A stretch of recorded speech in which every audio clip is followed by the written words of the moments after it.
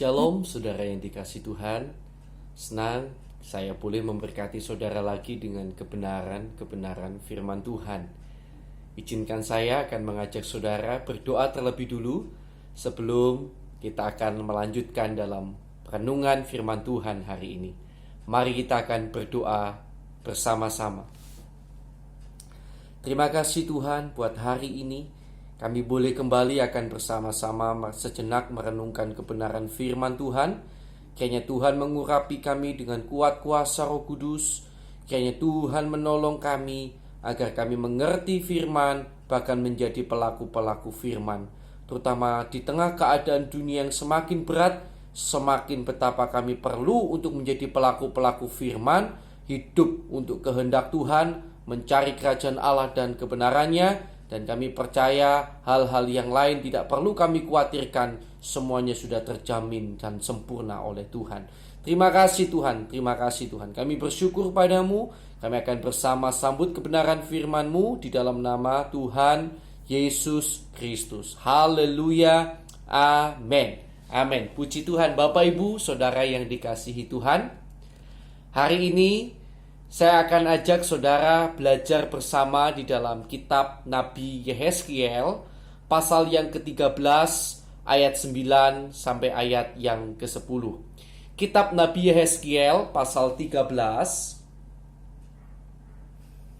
ayat yang ke-9 sampai dengan ayat yang ke-10. Puji Tuhan. Saya akan bacakan bagi kita semua. Aku akan mengacungkan tanganku melawan nabi-nabi yang melihat perkara-perkara yang menipu dan yang mengucapkan tenungan-tenungan bohong. Mereka tidak termasuk perkumpulan umatku dan tidak akan tercatat dalam daftar kaum Israel dan tidak akan masuk lagi di tanah Israel. Kamu akan mengetahui bahwa akulah Tuhan Allah. Oleh karena, sungguh karena mereka menyesatkan umatku dengan mengatakan damai sejahtera. Padahal sama sekali tidak ada damai sejahtera. Mereka itu mendirikan tembok dan lihat mereka mengaburnya. Puji Tuhan, Bapak Ibu Saudara yang kasih Tuhan. Pada waktu Nabi Yehezkiel hidup, waktu itu bangsa Israel sudah berada di pembuangan di negeri Babel. Israel sudah kalah perang, mereka kalah habis-habisan sehingga mereka menjadi bangsa jajahan. Bahkan beberapa orang dari orang Israel diangkut ke dalam pembuangan di negeri Babel. Dan di saat itulah Nabi Yehezkiel mendapatkan nubuatan dari Tuhan. Pada waktu itu dia salah satu nabi yang menentang arus. Karena arus yang ada pada waktu itu, nabi-nabi, semua orang, petenung-petenung nabi-nabi bernubuat bahwa di antara orang Israel akan ada damai sejahtera, akan ada pertolongan Tuhan dan lain sebagainya. Jadi saudara yang kasih Tuhan, waktu itu kalau kita membaca dalam kitab Nabi Yehezkiel, Yehezkiel tidak berkata yang sama. Yehezkiel justru memberikan kata-kata teguran, menyatakan kesalahan orang Israel di tengah kondisi seperti itu. Sedangkan pada umumnya orang-orang nabi-nabi berbicara tentang damai sejahtera untuk menenangkan hati rakyat.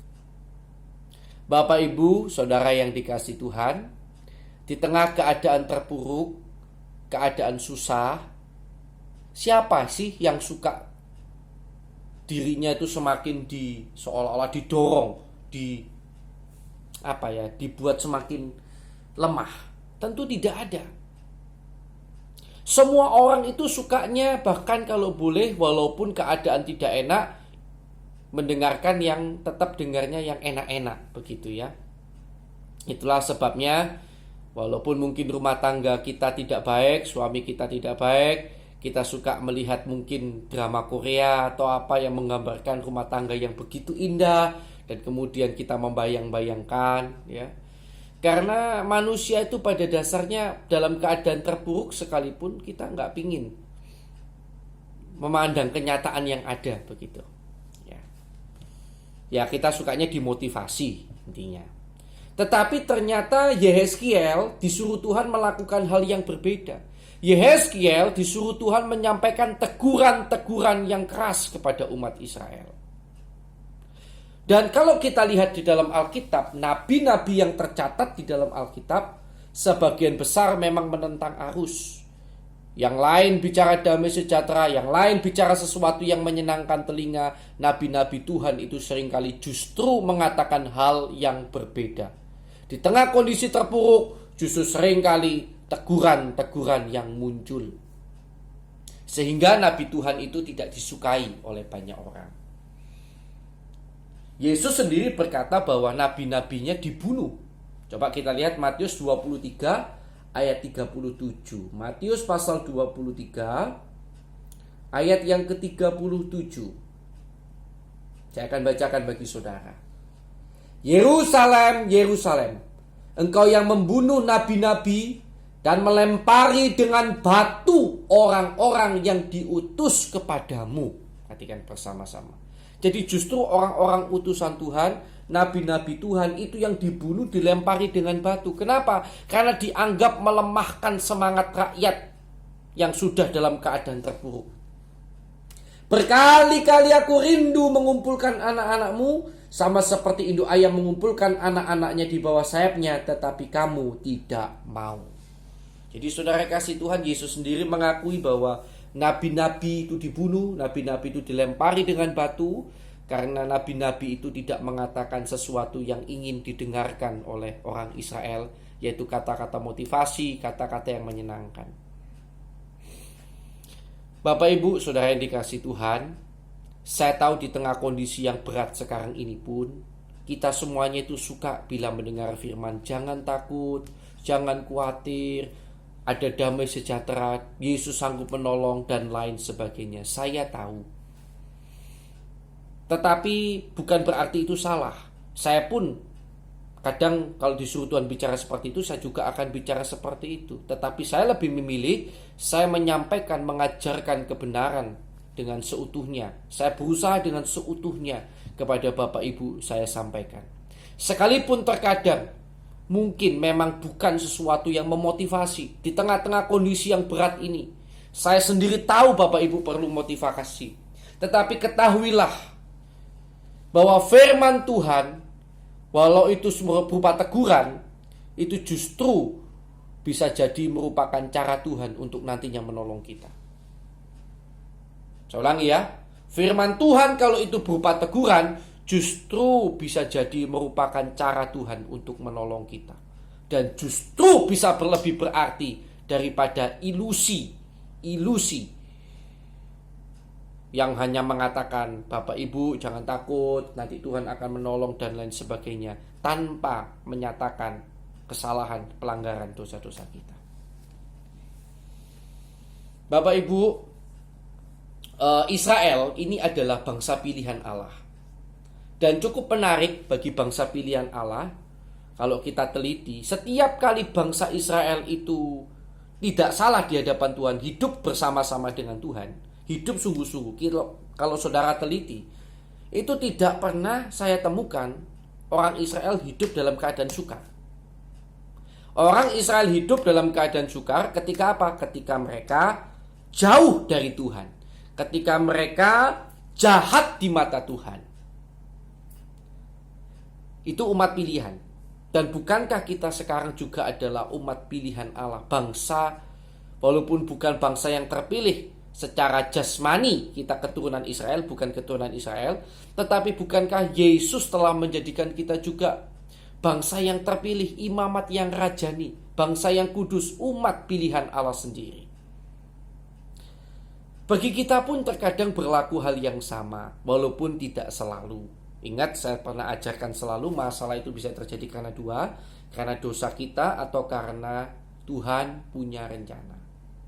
Tapi perihal Tuhan punya rencana apa ini kan kita tidak tahu. Ya, maka adalah lebih baik lebih dulu kita introspeksi diri sebetulnya. Ketika dalam masalah yang berat, bukannya kita suka dengar firman motivasi, seharusnya kita justru suka dengar firman yang memberikan teguran-teguran yang membukakan kesalahan-kesalahan kita. Karena sebetulnya ketika Tuhan menegur Israel, seperti Yehezkiel menegur Israel, itu justru bukan karena Tuhan benci, tetapi karena Tuhan mau betul-betul menolong Israel. Coba kita baca ulang Matius 23 ayat 37. Yerusalem, Yerusalem, engkau yang membunuh nabi-nabi dan melempari dengan batu orang-orang yang diutus kepadamu. Nah, perhatikan kata-kata selanjutnya. Berkali-kali aku rindu mengumpulkan anak-anakmu. Nah, perhatikan. Jadi Tuhan mengutus nabi-nabi yang kemudian dibunuh karena bicara firman itu tadi, yang kemudian dilempari dengan batu itu. Mengapa? Karena Tuhan rindu mengumpulkan kita, sama seperti induk ayam mengumpulkan anak-anaknya di bawah sayapnya, tetapi kamu tidak mau. Jadi Tuhan tuh maunya menolong justru lewat menyatakan kesalahan.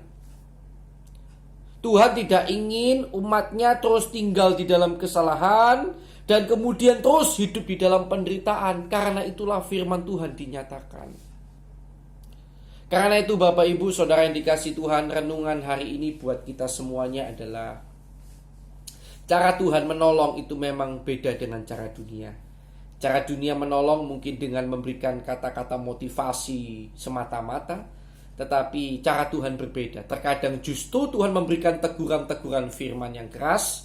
Dan kalau boleh saya berikan saran kepada saudara, di tengah-tengah kondisi hidup yang berat, justru saudara harus suka dengar firman yang memberikan teguran-teguran. Firman yang betul-betul bersumber dari Alkitab dan menegur, membukakan kesalahan-kesalahan kita. Supaya apa? Supaya kita cepat bertobat. Karena justru lewat pertobatan itu kita kembali kepada Tuhan. Tuhan itu sudah dari awal tuh rindu bagaikan induk ayam mengumpulkan kita, menjaga, melindungi kita benar-benar dari bencana. Bagaikan induk ayam yang ingin melindungi anak-anaknya dari bencana.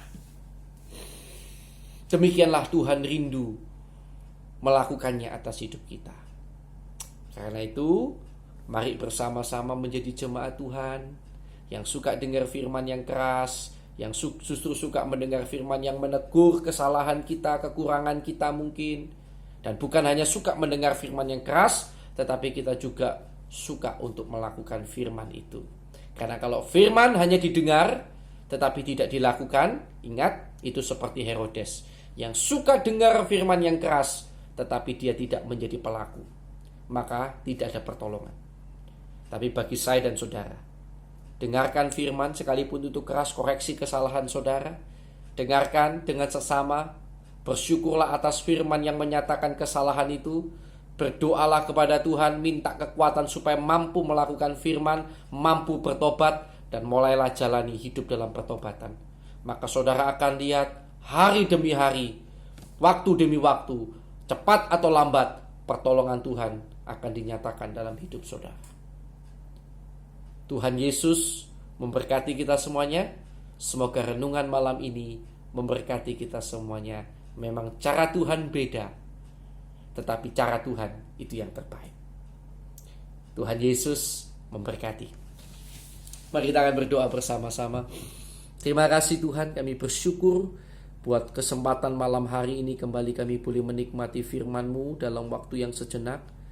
Kiranya Tuhan benar-benar jadikan kami orang-orang yang bukan hanya senang mendengar firman yang menghibur hati kami, firman yang menyenangkan telinga kami, menyenangkan hati kami, tetapi biarlah kami menjadi orang-orang yang suka mendengar firman yang memberikan teguran-teguran juga dalam diri kami. Supaya kami ini tahu kesalahan apa yang masih ada dalam diri kami di hadapan-Mu. Supaya kami ini bertobat dan menjadi seperti yang Kau mau hari demi hari. Bukan makin mirip dunia, tetapi makin mirip dengan apa yang Kau mau Tuhan. Terima kasih Tuhan, terima kasih. Kalau malam ini ada anak-anak-Mu yang dalam kondisi terpuruk, dalam kondisi yang susah, hamba berdoa di dalam nama Tuhan Yesus Kristus, kiranya Tuhan jamah, Tuhan tolong, Bahkan kalau boleh Tuhan memberikan firman yang menegur. Kalau ada salah, Tuhan ampuni. Tuhan bantu kami untuk bertobat. Dan kalaupun perpuruk ini karena Tuhan punya rencana, kiranya Tuhan memberikan kekuatan sehingga kami mampu menjalani sampai akhir dan melihat rencana Tuhan yang indah dalam hidup kami dan hidup anak-anak-Mu semuanya. Terima kasih Tuhan, terima kasih. Kami bersyukur kepadamu buat malam hari ini. Meteraikan firman-Mu dalam hati dan kehidupan kami. Dalam nama Tuhan Yesus Kristus. Haleluya. Amin. Tuhan Yesus memberkati saudara.